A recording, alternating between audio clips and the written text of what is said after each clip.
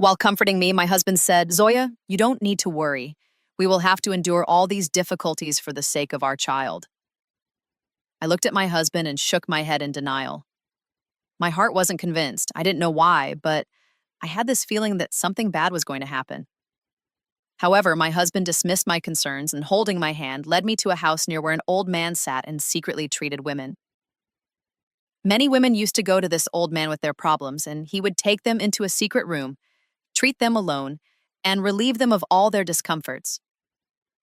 This man was famous all over Gujarat, although we were not from Gujarat.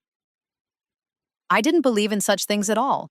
I had always been used to trusting in Allah, but my husband had become so obsessed with the desire for a child that he disregarded everything else and forcefully brought me to Gujarat. I didn't want to go to this man, but my husband was determined and brought me right to the house where the man was supposed to treat me. I was very scared. I had given in to my husband's insistence. Summoning my courage, I stepped inside the house and a strange, unpleasant smell hit my nostrils. My husband frowned too. The house was built in a strange design. There was a room in front, while the kitchen and other areas were on the right side. In front of us was a large black gate, and sitting in front of it was an old man leaning on a cane. My husband took me to the old man and said, "We need to meet the old Baba who treats women and alleviates their troubles." The man looked at my husband, asked him to wait, and knocked on the black gate. A small window opened in the gate, and a face appeared. Holding the cane, the old man spoke in a language that neither my husband nor I could understand.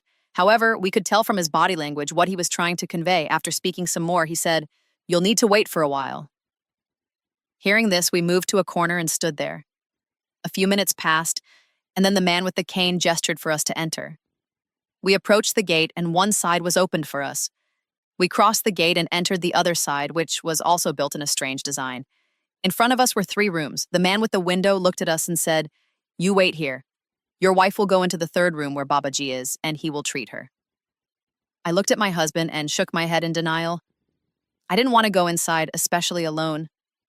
My heart was already filled with doubts. I was scared to go in alone because I had often heard about how some so-called healers treated women under the guise of treatment.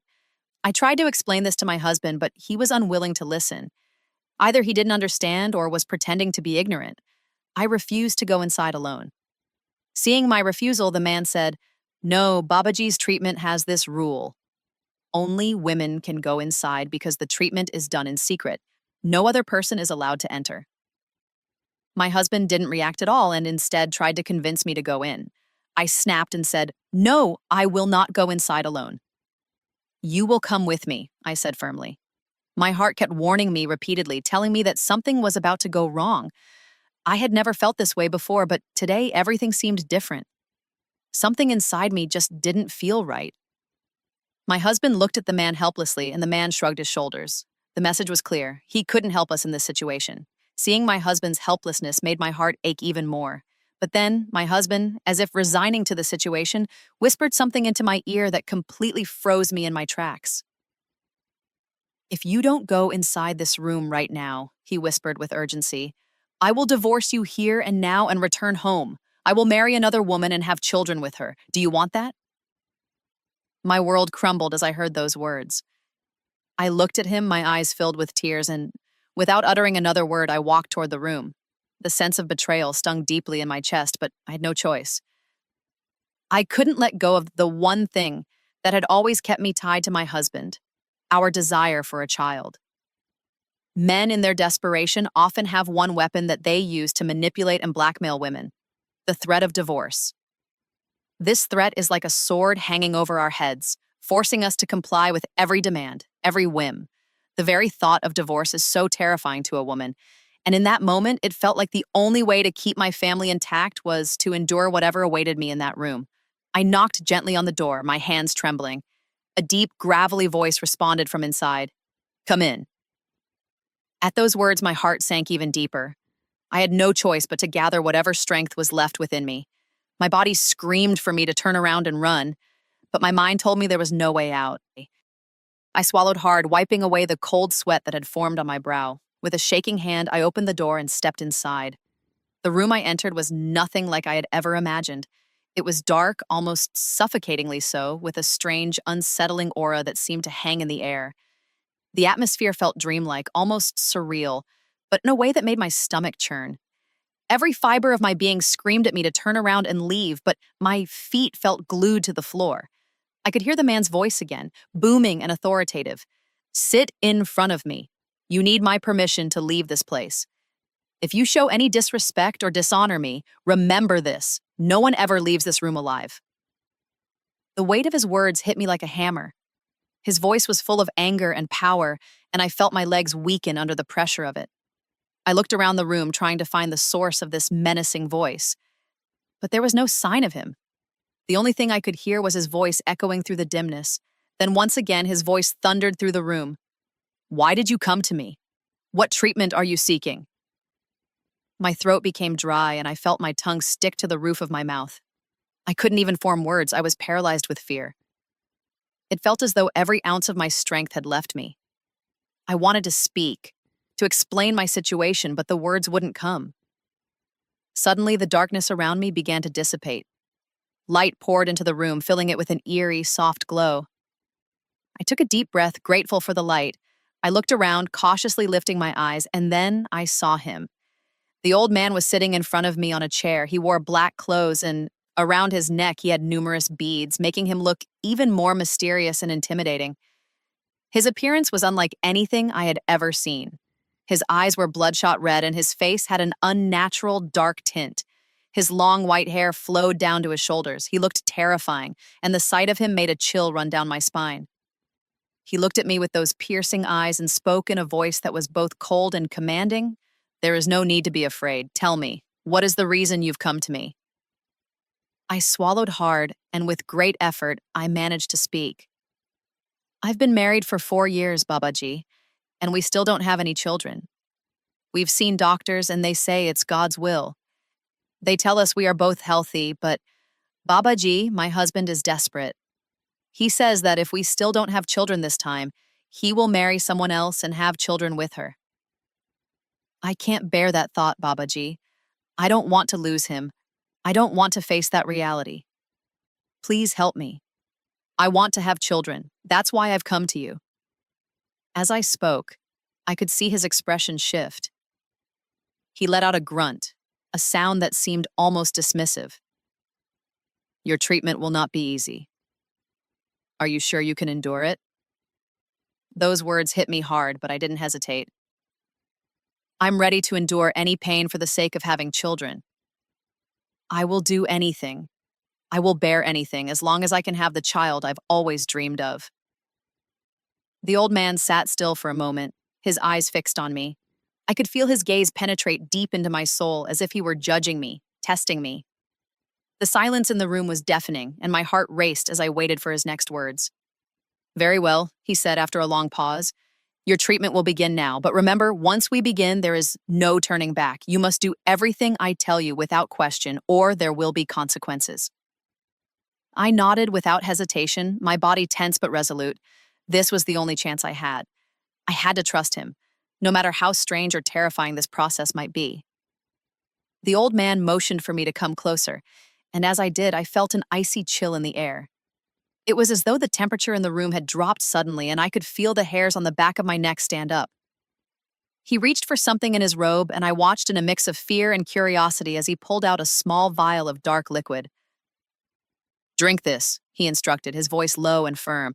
It will help you conceive. I looked at the vial, hesitant but determined. I had no choice but to trust him, even though every part of me screamed for me to run. I took the vial and drank the liquid, feeling a strange sensation crawl up my throat. The taste was bitter and almost metallic, but I swallowed it down. As soon as I did, I felt a sharp pain in my stomach, and I gasped, clutching my abdomen. The room seemed to spin, and the darkness returned, swirling around me. I could hear the old man's voice again, but this time it seemed distant and muffled. This is just the beginning. You must be prepared for what comes next. Please, just treat me. I want to have children, no matter what, I said, my voice trembling. The moment I said these words, a faint smile appeared on the Baba's face. He nodded in agreement, his expression changing to one of understanding. All right, girl, stand up, he said. Without hesitation, I stood up, following his instructions. He then walked to a corner of the room and opened a door. I was stunned by the number of doors inside the house. My head began to spin with confusion. The old man motioned for me to follow him, and as I stepped toward the door, my heart began to race again. I had just shared my entire problem with him in a calm manner, but now I felt a wave of fear building up inside me once more. I glanced at the door I had just entered from and then at the one the Baba had gone through. With a deep breath, I gathered the courage to take a step forward. Slowly, I walked toward the door where the Baba had entered. When I reached it, I realized it wasn't a terrifying place as I had feared. Instead, it was another room. I let out a sigh of relief and stepped inside. The second room was much better, much more refined than the first one. It was furnished with high-quality furniture, and the room had been beautifully decorated. The Baba walked over to a bed and sat down, then gestured for me to sit near him. But I wasn't foolish enough to sit too close to him. I sat on a chair at a slight distance and, looking at him, said, "Please, hurry and treat me so that I can leave." The Baba responded with a soft chuckle. "Patience, girl. Treatment takes time, especially when you're dealing with such a big issue. You've come to me with a lot of problems, so it will take some time to help you." I couldn't fully understand what he meant by that. His words were vague, and I was too nervous to inquire further. I stayed silent, but my heart was racing rapidly. The Baba stood up and walked toward me. He stopped right in front of me and, looking directly into my eyes, said, "You want to be a mother, don't you? To have a child, you will need to do something. You must act if you want your child." Hearing this, I looked at him with fear and nodded. "I'm ready for the treatment," I said, my voice shaky. Even though I was terrified, I tried to make myself appear strong.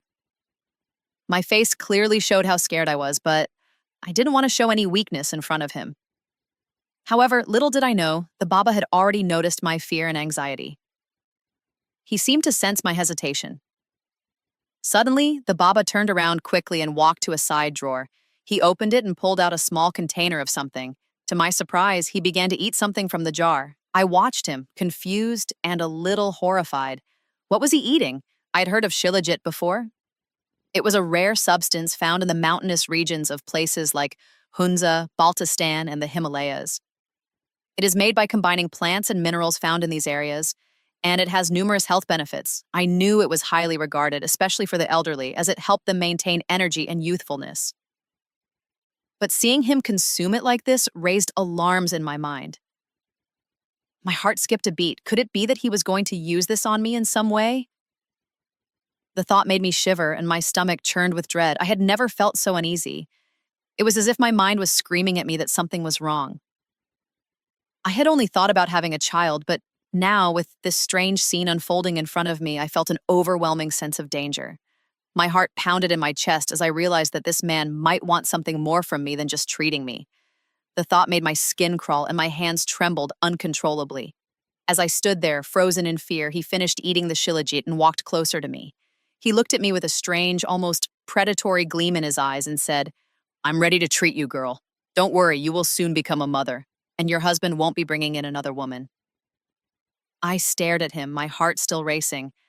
I tried to hide the fear that was overwhelming me. I didn't want to show him how scared I was, but it was becoming increasingly difficult to maintain control. He was too close now, and his words felt like they were sinking into my skin. I finally found my voice and said, "Remember this, Babaji. If you try anything with me, I will go straight to the police. You don't know who I am." For a moment, the Baba didn't speak. He just stared at me, and his gaze seemed to penetrate deep into my soul. Then, with a knowing smirk, he finally spoke. "Girl, you don't need to worry. You're safe. This is just part of the process. You will get what you want, but you must trust me completely. If you do, your wish will be fulfilled. But if you try to fight me, you will regret it."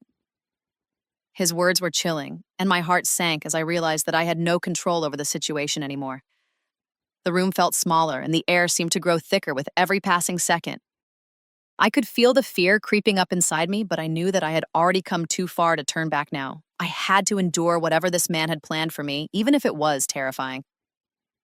The Baba sat back down on the bed and motioned for me to sit with him. I hesitated, but eventually moved toward the bed, sitting as far away from him as possible. I didn't trust him, and every instinct inside me screamed to leave, but I had no choice. My desire for children, my desperation, kept me rooted to the spot. "Relax, girl," he said softly. You will be a mother soon. You will have everything you ever wanted, and no one will stand in your way. As he spoke, I realized that I was stuck in a game I couldn't control. The fear gnawed at me, but I had to keep my composure. I had to wait and see what would happen next. There was no turning back now. My father and uncle are police commissioners. I wanted to threaten him on my own so that he would not do anything wrong to me. I had forgotten while saying this that I am very weak in front of him while he is a very powerful person. When your husband sends you to a room with a single man, then understand that something is going to happen to you, and my husband had become so shameless that he did not realize what he was doing and where he was sending me. Then why should others care about my honor?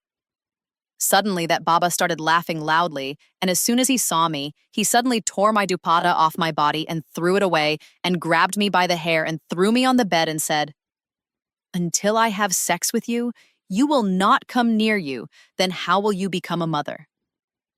I have to do your secret treatment too. So why are you worried? You will not be disgraced. No one will do anything about it. Your husband will not even recognize this. This child is not his, it is mine." Hearing this, my being trembled. I clasped my hands in front of this Baba and said, "No, don't do this injustice to me. For the sake of your Lord, for the sake of your messenger, don't do this to me. I am someone's trust. I am someone's wife." I was grumbling in front of this man, but this unfortunate and unruly person didn't listen to me. He suddenly climbed onto the bed and sat down, slowly caressing the calves of my feet. He said, "Pske, after many days, something useful has come to hand, and you say, 'Don't do all this to me.' When your husband can send you to a room alone for secret treatment, why shouldn't we take advantage of you?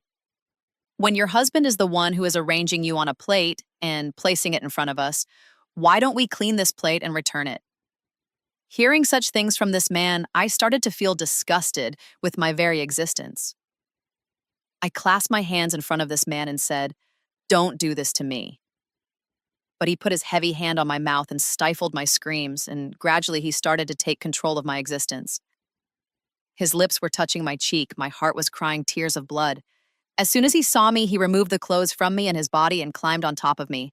I wanted to get away from him. I wanted to remove him from myself, but that old man had a lot of power within him, and as soon as he saw me, he scratched my dignity. This beast, having quenched his lust, pushed me aside, while now he himself was breathing deeply. This man was more than 55 years old, but that man was stronger than my husband. He had shaken me within a few minutes. Every part of my body was hurting. There was a lot of power in this Salajit.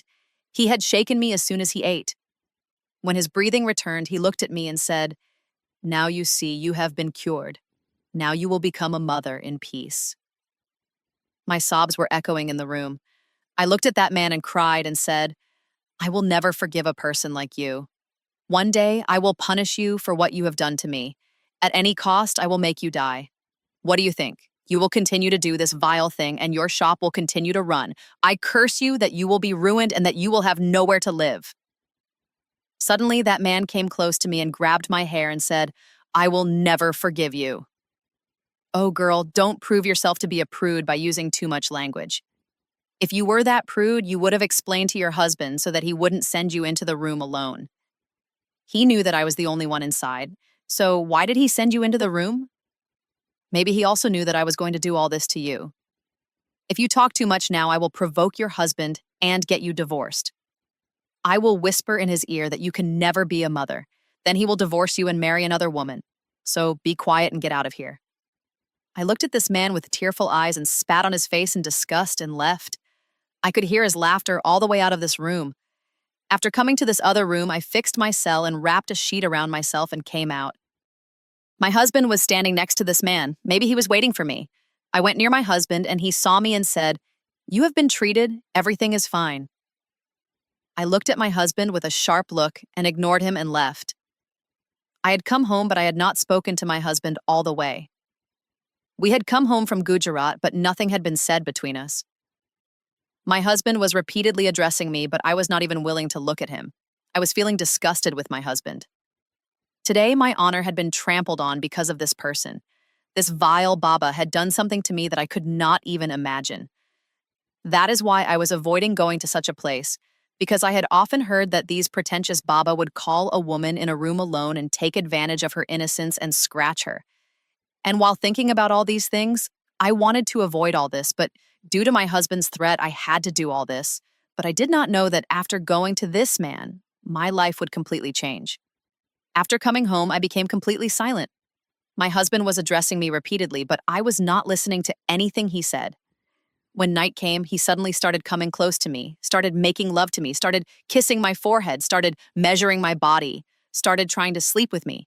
But I immediately pushed him away and shouted angrily, "Be careful. If you come near me, if you even need to come near me, I will throw your face away." While my husband was surprised at my rudeness, but at that time he did not say anything and slept quietly. The next day, too, I did not react properly, so my husband suddenly got angry and grabbed my hair and shook it and said, "If I do not come near you, I will not come near you. So how will you give me a child? This Baba has cured you. Now I have to have intercourse with you so that we can have children. But what should I tell him? After what I have done, I am no longer worthy of my husband." Tears were stuck in my throat. I wanted to say something, but no sound could come out of my throat. My husband slowly leaned over me, and as soon as he saw us, we both became so engrossed in each other that I forgot that my husband had presented me to this Baba with his own hands for treatment. Time is a thing of the past, and it was passing at its own pace. As time passed, my health was deteriorating day by day. One day when I fainted and was taken to the hospital, the good news we received there surprised us all. I was about to become a mother. My husband's feet were not touching the ground. I was completely deaf. I did not know whose child this was. Was it this father's child or my husband's? I was unaware of this. Everyone was very happy, but I was very sad. I had waited for this moment for a long time, but I did not know that this moment would be so painful for me. It had been 3 months since my pregnancy, but my sadness had affected my child a lot. The doctor said that it was not happy, but my husband was trying his best to make me happy. One day, when my husband started abusing me and getting angry with me, saying, "Why are you doing this when you know that our child is going to be born? If he is weak, we will suffer." I gathered courage and informed him of the whole incident. He had completely fallen silent after listening to all my words, and they were looking at me with wide eyes. After a few seconds, I shook my husband and said, "I want to get a DNA test done so that I can find out whether this child is yours or that man's." My husband was completely silent. I couldn't understand the meaning of this silence, but the next day I went to the doctor because I had to find out who this child was at all costs because I only wanted to give birth to my husband's child, not that man's child. As soon as my DNA test started, my husband came there, but he was completely silent. My DNA test had been done, and we, husband and wife, were sitting in the corridor in silence. After a while, after the reports that came to us, I fell into prostration and thanked Allah a million times because the child was my husband's, not that man's. But telling my husband the truth was beneficial because the very next day, they raided the house in Gujarat where this wrongdoing was taking place. The man was caught red-handed and put behind bars and sentenced to several years in prison on the charge of raping a woman. After another 6 months, Allah Almighty blessed me with a son from the moon, with whom I was living a very happy life.